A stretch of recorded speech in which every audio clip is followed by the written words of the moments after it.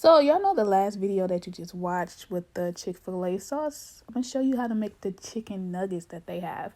So the first thing you want to do is grab a couple chicken breasts and you want to cut them in the nuggets to the size that you desire.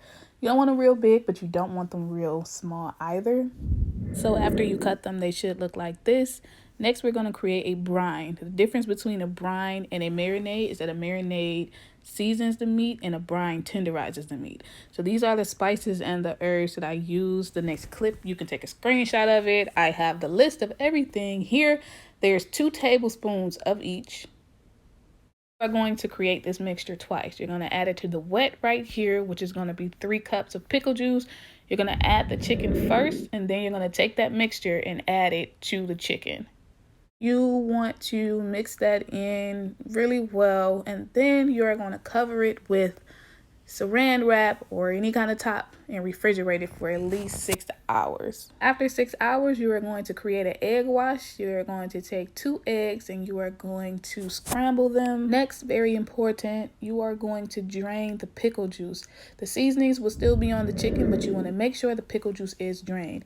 Next, you want to pour that egg wash over the chicken, and then you're going to add 2 cups of milk, whole milk.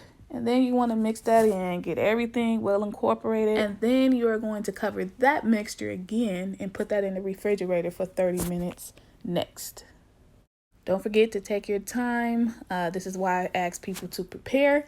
So the next thing we're going to do is create the dry mixture. So the dry mixture is basically going to be your flour. So it's going to be 2 cups of all-purpose flour and then the second batch of the seasonings. It is the same seasonings.